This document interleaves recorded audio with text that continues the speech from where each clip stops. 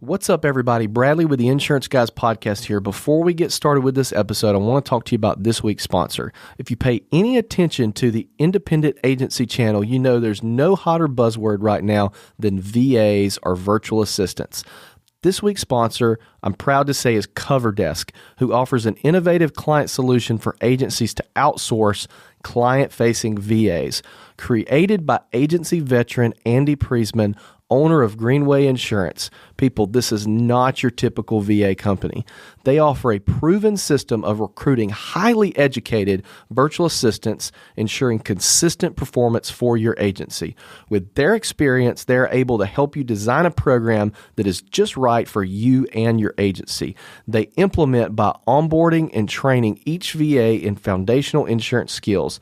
Visit CoverDesk on the web at www.coverdesk.com or email them at hello@coverdesk.com, or you can call them and tell them that the Insurance Guys sent you. Please do at 512-879-3345. Guys, give CoverDesk a ring. I promise you, you will not regret it. Insurance agents from around the world, welcome to the Insurance Guys podcast, hosted by yours truly, Scott Howell, and the incomparable Bradley Flowers. For agents, by agents, we're here to share real-life experiences, tips, and insights related to all aspects of both being an insurance agent and running a successful agency. So sit back, turn up the volume, and let's get down to business. Insurance agents from around the world, welcome to the Insurance Guys podcast. My name is Scott Howell, your fearless host and leader, insurance agency owner and insurance evangelist for I Protect Insurance and Financial Services, based out of Huntsville, Alabama. And before we get started on today's episode, please help me welcome. He is a 6'3" sophomore from Saraland, Alabama, a parade first-team All-American, Rivals 5-star recruit. He is a fantastic insurance agent and a great American. Ladies and gentlemen, please stand and welcome the incomparable Mr. Bradley Flowers. How are you, Bradley? I'm great, Scott. How are you? Man, I'm doing fantastic. I'm in Mobile, Alabama this morning. I feel good. I look good. I feel like today, I feel like a kid on Christmas morning. Yesterday, I wasn't feeling very well. I had not got.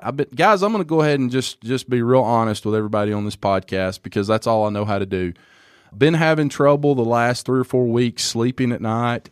I've only been getting 2 or 3 hours of sleep a night. Don't know what that's from. I think it's because I've got so much going on in my life right now, and I've got so many things going in so many different directions, and my mind's just, man, it's just going a million miles an hour, and it's been tough. And I got down here the other night, and I only slept for 2 or 3 hours, and yesterday was tough, man. 8 podcasts on 3 hours of sleep, and you're talking for 9 hours a day, and that's a tall order. But yep. Somebody called me last night on the way home, and I was like, look, I'm going to be honest with you. I just really don't feel like talking That's right exactly now. What I told Kim last night when I called her after we left. I said, baby, listen, I love you more than anything in this world, but I can't talk anymore today. I'm sorry. I'll lay here with the phone on speaker. You can sing to me. But Exactly. Guys, I'm excited about today's episode, and I'm going to tell you why I'm excited. You know, in life, we all meet people, and I talked about this at Bradley's wedding, not reception, but the what's the thing you have the night before the wedding? The rehearsal dinner. I talked about this, but in life, we meet people. We meet people that you instantly are attracted to, and you just have this feeling that they're a really good person. And they are a vendor, guys, in the insurance business. And let me say this. I'm excited to have him on the show today for a couple of reasons. Number one, because I like him so much. Number two, because of all the people that I've ever met that use their product and all the people that I have seen on a page on Facebook called Insurance Soup that has about 25 or 30,000 members, I've never one time ever heard one bad thing about the product that they sell. But guys, today we have on somebody. He is from Newton, Iowa. He lives in Newton, Iowa. He is the coordinator for Rocket Referrals. He's a Facebook junkie, which means he knows a hell of a lot more about Facebook than most people listening to this program right now. But on top of that, he's also an amazing A++ daddy and stepdaddy. which to me probably means more than anything. He actually cries when he goes to romantic comedy movies. He loves Gary Vaynerchuk, and the only thing he loves more than Gary Vaynerchuk are his kids and his beautiful, amazing wife, Nikki. Ladies and gentlemen, I give you the other incomparable Mr. Nick Berry. How are you, Nick? Oh, my God, that's the best intro I've ever been given, and I love you guys so much. I meant it when I said it. I think a lot of you, and I think a lot of your product, and I think, you know, if you ever speak, guys, if you ever meet an independent insurance agent that uses Rocket Referrals, I would, doesn't use Rocket Referrals. but if you ever meet one that does, I will kiss your ass and give you 30 minutes to draw a crowd if they tell you that it's not one of the best things they've ever done. I have never met one independent insurance agent, and I'm talking about some of the biggest in the world. I'm talking about guys like Paradiso, Stromso, Jeff Roy. If they use Rocket Referrals, and Nick, I swear to God, tell them you are not paying me a dime to say this right now. Not one dime. But I'm telling you, not a single dime. If you ever meet somebody and they use Rocket Referrals, I'll kiss your ass and give you 30 minutes to draw a crowd if they don't tell you they absolutely love it. And even the people that don't use it are like, it's awesome. It's the best thing ever. You know? And I'm going to give you the best plug that's ever been given for Rocket Referrals, and you some bitches ought to pay me about $10,000 to say what I'm about to say.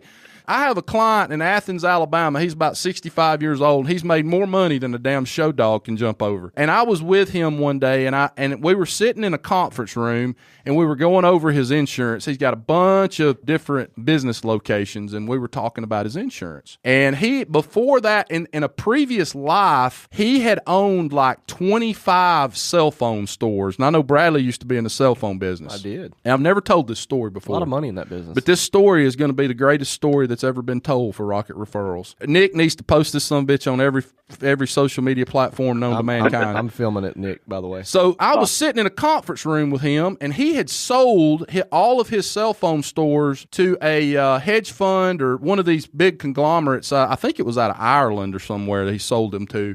So there's no telling how much money he's worth. And I was talking to him about the customer experience and marketing and advertising, and he looked at me, and he was very thoughtful when he said this. He always is, but he said, Scott, I'm going to tell you something, and I don't want you to ever forget what I'm about to tell you.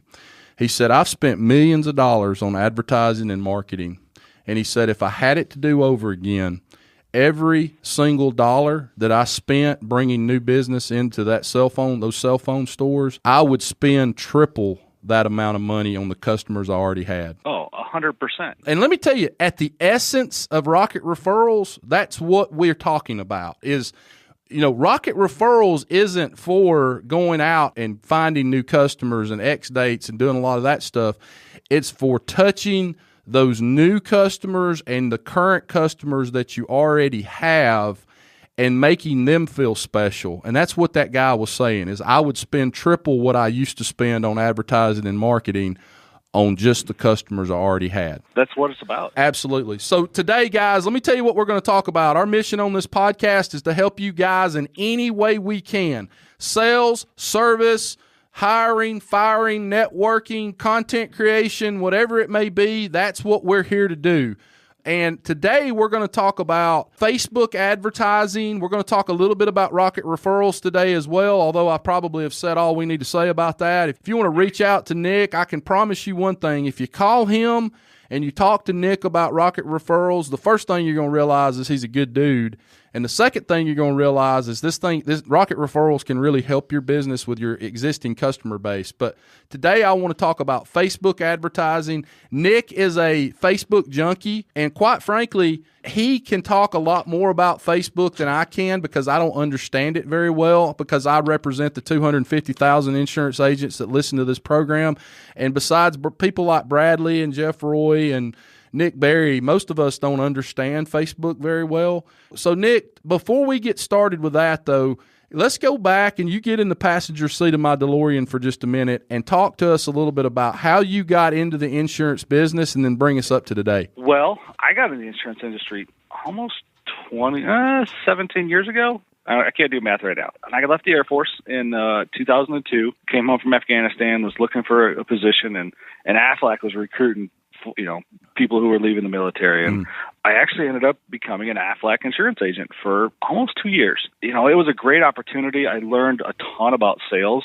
ended up going into a more B2B type role. But I learned, I had to go get my general lines license to be able to sell the health and life products that we sold. And I learned about insurance. And then fast forward, I've been in sales and marketing most of my adult career, post-military. And after that, I came to a position. I was looking for a position, and Rocket Referrals was hiring for a coordinator role. And the funny thing is, prior to coming to Rocket Referrals, I had a handwritten card business that kind of did a little bit of what we do. And I was selling this handwritten card product service to insurance agents and real estate agents and all that other stuff. It came to a point where I just couldn't manage it and ended up shutting it down. But that experience gave me insight to what I needed to do to be successful at Rocket Referrals and understand what insurance agents were actually looking for. I love it. So you've been with Rocket Referrals for how long now? Just over a year. While I was at AppliedNet in October, was my 1-year anniversary. And so how long has Rocket Referrals been around? How long have they been in business? Officially 6 years. Okay. And since that time, let's just fast forward the last 2 to 3 years. What changes have you guys made since you got into the insurance industry? And really, and I know you more than anybody else, you've got so many relationships with so many different agencies, and y'all do so much work with different agencies. What changes have you guys made to kind of tweak your product to fit what insurance agents need? I mean, we're constantly getting feedback from our customers. We use our product, the software side of our product, with our agents to find out what they need and find out what their feedback is. A big one is we have list automations coming online early next year. So basically people can create an automation when people are added or removed to a list. That's a huge one.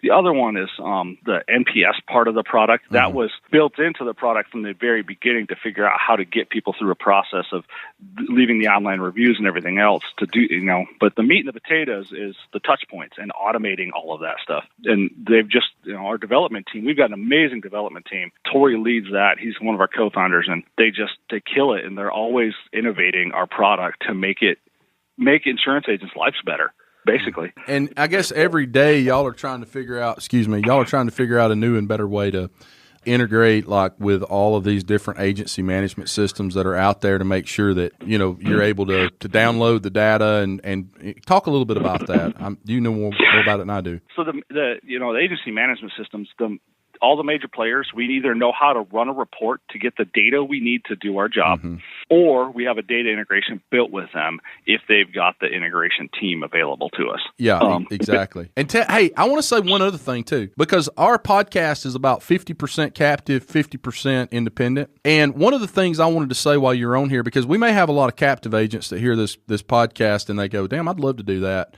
One of the things Nick and I have been working on and I'm still working on it, is making sure that, right now I'm not an independent. I'm still nationwide for about another year and a half. Well, yeah, about another year and a half.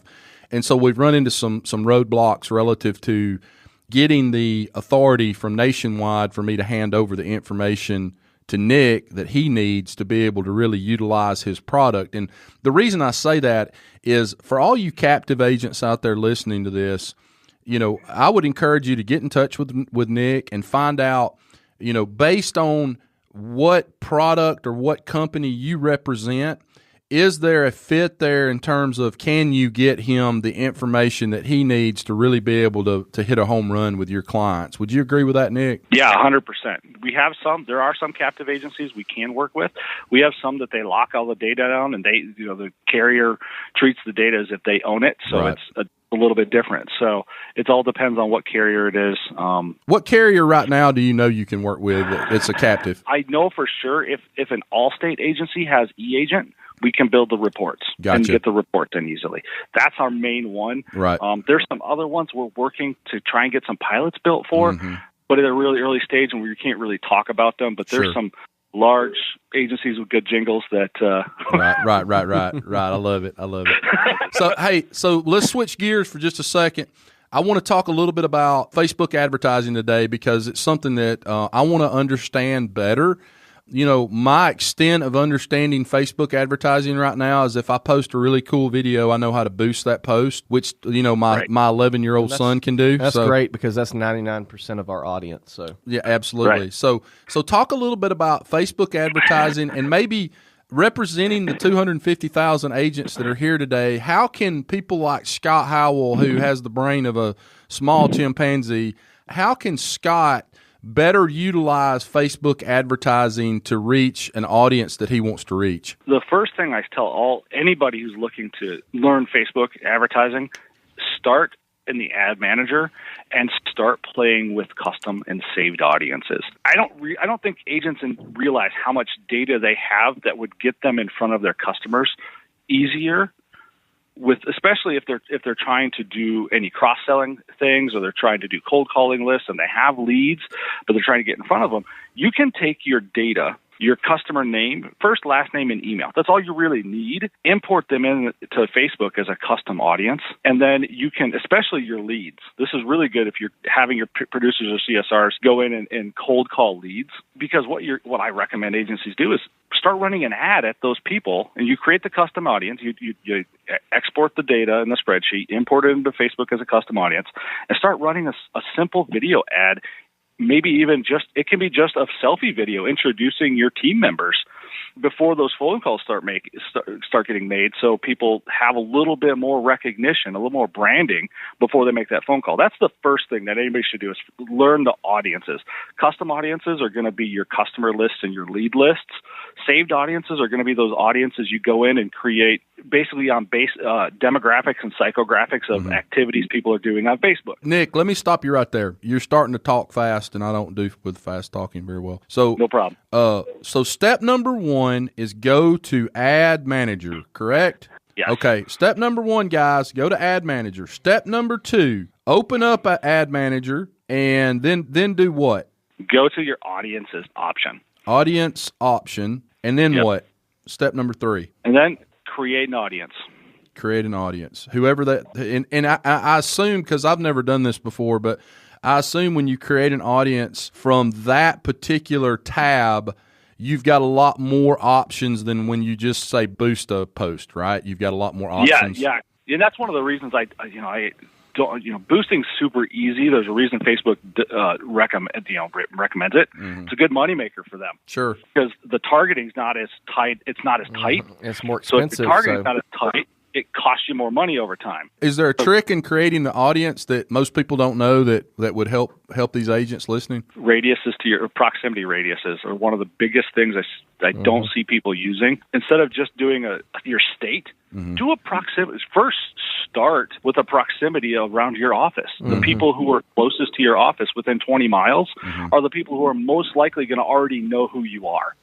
I think it was Greg Ellsbury we were talking to that said, if you create a marketing campaign for everyone, you've created a marketing campaign for no one. And if you use the proximity radius, and I think I know what you're talking about, it's like a circle around where you are. Is that kind of what it is? If you use that and you narrow that down to, say, 20, 30 miles from around your office location, I assume you're probably also, are you spending less money to reach better potential clients? Is that kind of what you're doing instead of radiusing around your state? That's kind of the first step. Then you go down into the more advanced stuff further down that page. Okay.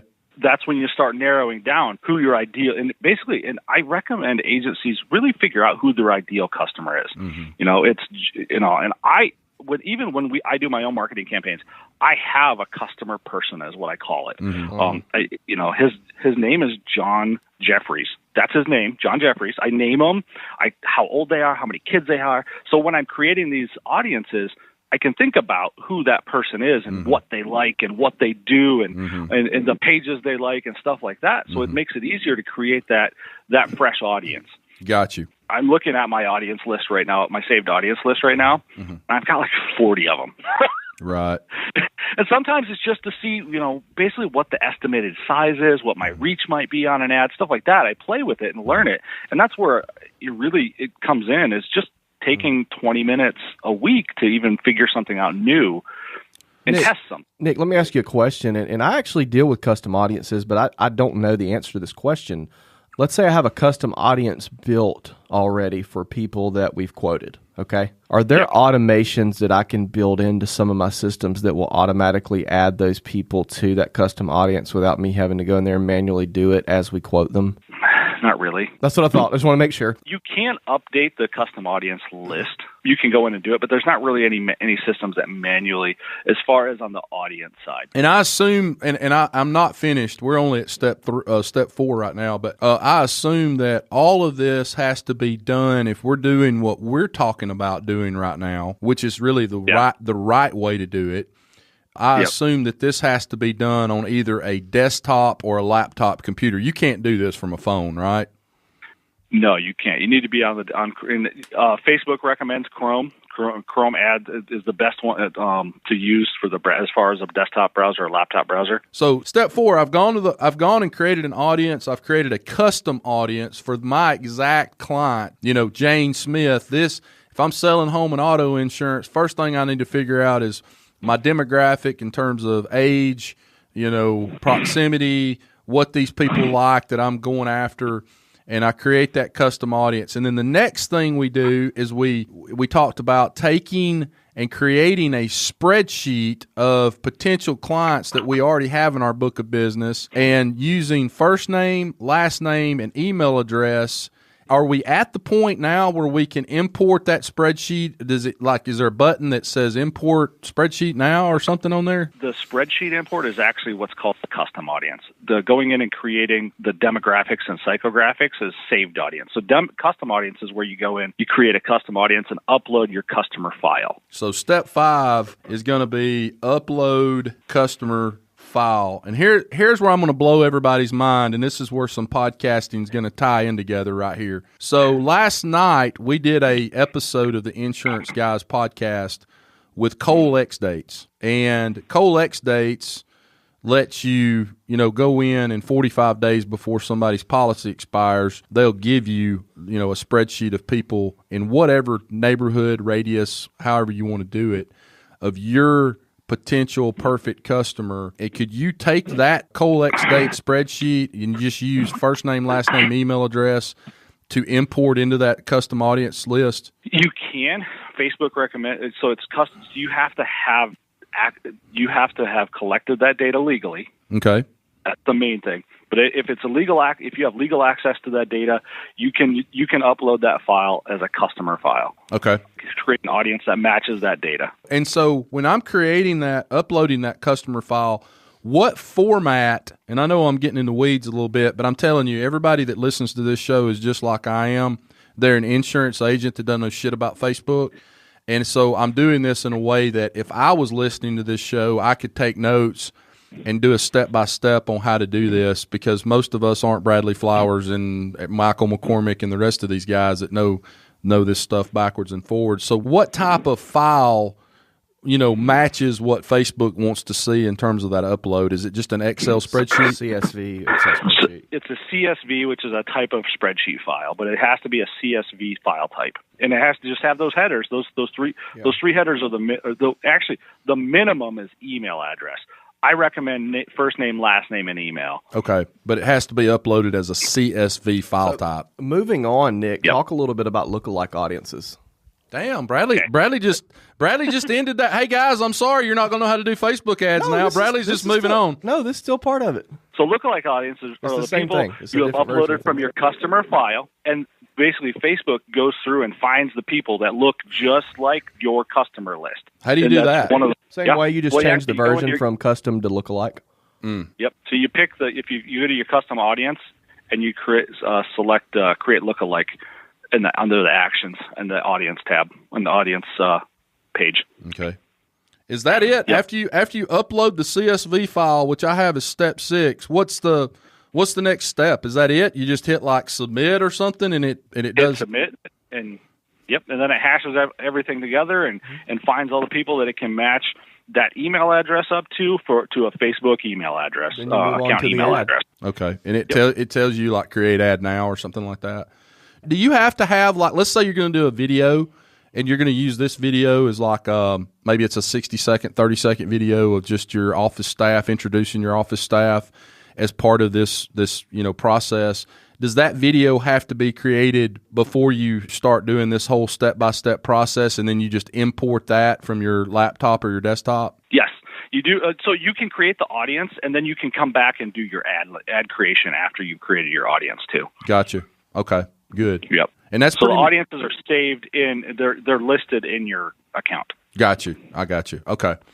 All right. So y'all wasn't moving on. That's a different version of custom audiences. So that's it. That's pretty much how to do it. And from an insurance agency owner standpoint, if you're wanting to utilize Facebook ads to help grow your business, is that the best way to do it on Facebook relative to getting to the people you want to get to? That's one of the best ways.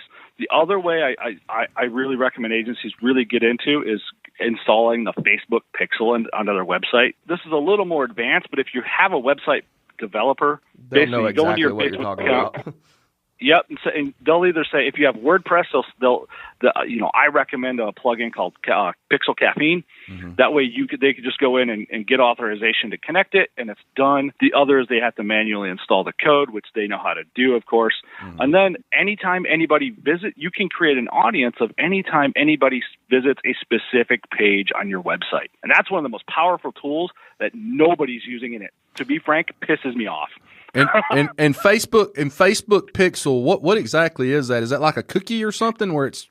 Yeah, okay. It's basically just a third-party cookie. That's all it really is. It's a piece of code on your site that matches up people who are logged into Facebook or Facebook users that are visiting your site. And that automatically, like having that on there, automatically like takes it back into your audience stuff. So basically, you have to know which pages you want to target. You can have a broad audience for everybody who visits any page in your site. That's a good way to start, but then it could be catching your existing customers and stuff like that. So having one for each landing page. So if you have a life insurance landing page or a specific page on your site that's just about life insurance, you can target people who only visited that page. You ever go to like Amazon, Scott, and you put something in your cart but you don't check out, and then it starts, and then you get an ad that says "Finish your cart"? That's exactly what that is.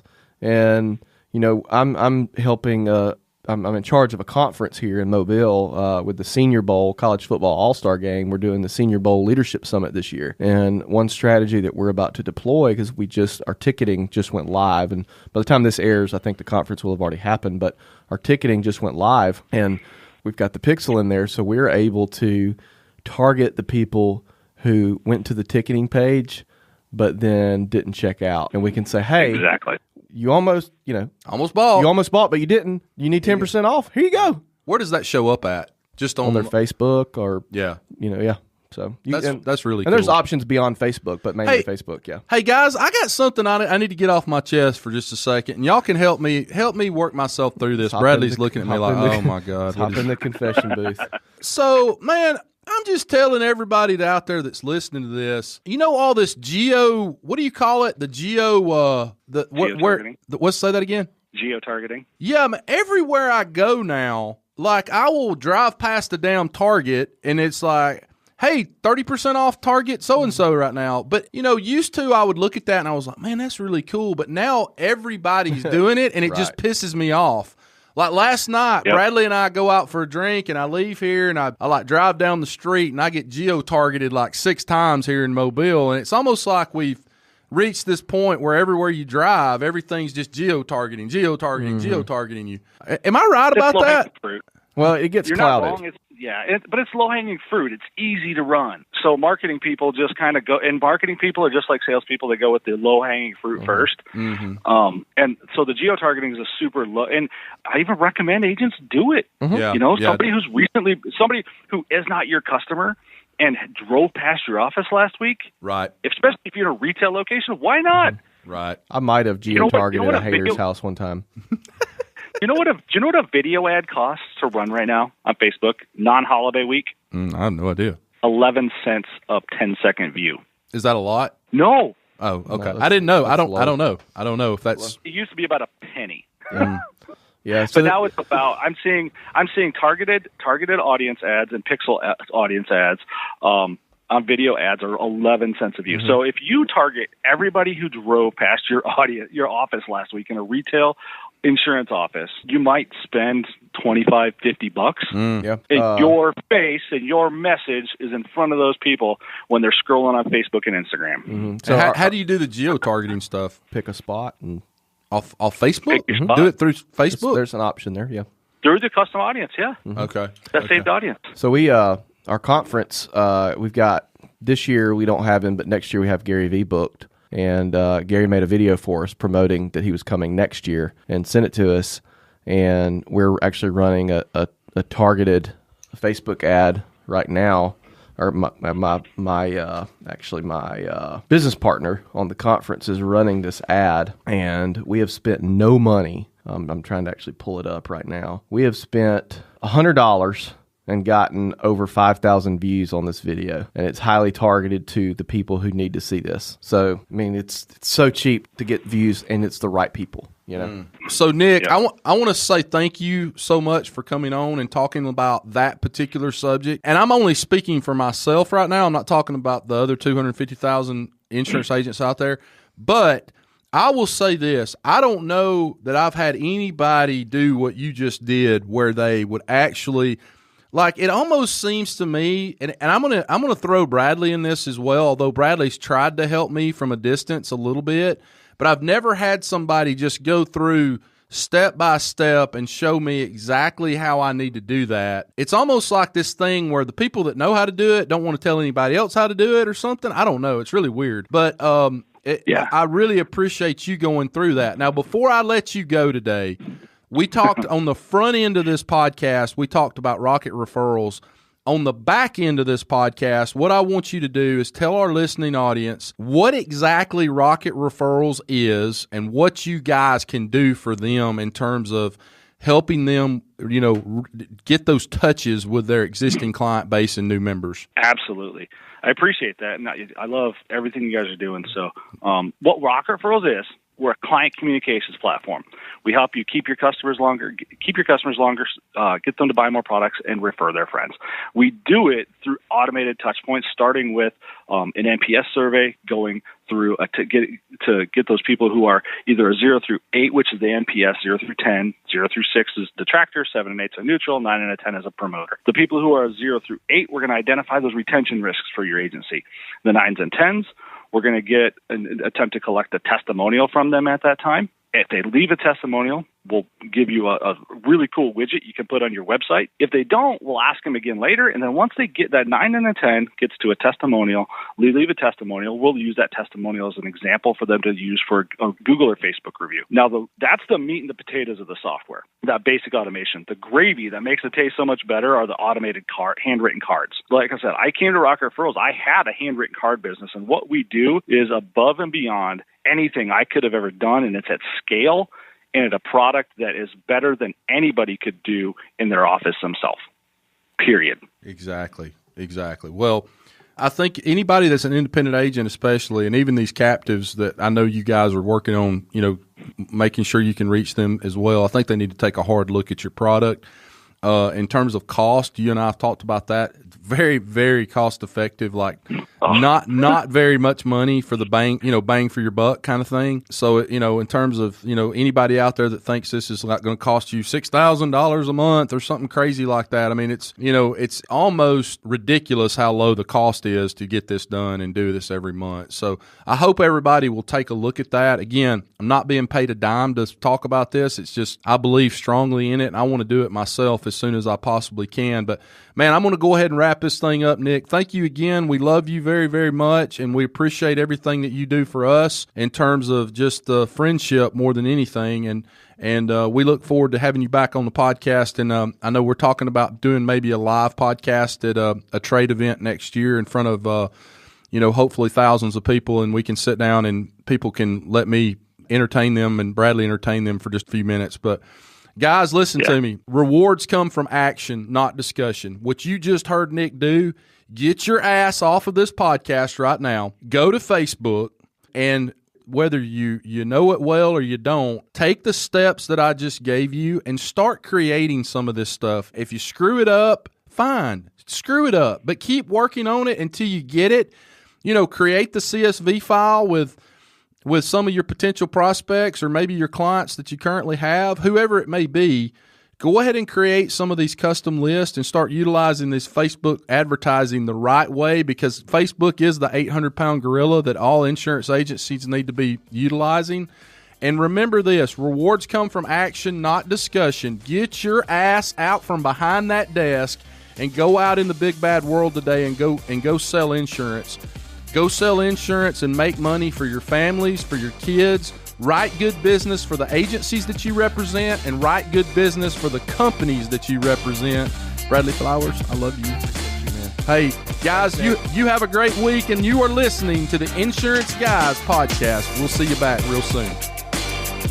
Thanks for listening to the Insurance Guys podcast. If you need to know more about me or you need to get in touch with Scott, you can always reach me at theinsuranceguyonline.com or email me at iprotectins@gmail.com. And if you need to get in touch with Mr. Bradley Flowers, go to bradleyflowersinsurance.com or email him at bradley@saralandinsurance.com. Guys, we love you. Thank you so much for listening. We look forward to being with you again real soon on the next episode of The Insurance Guys. Take care.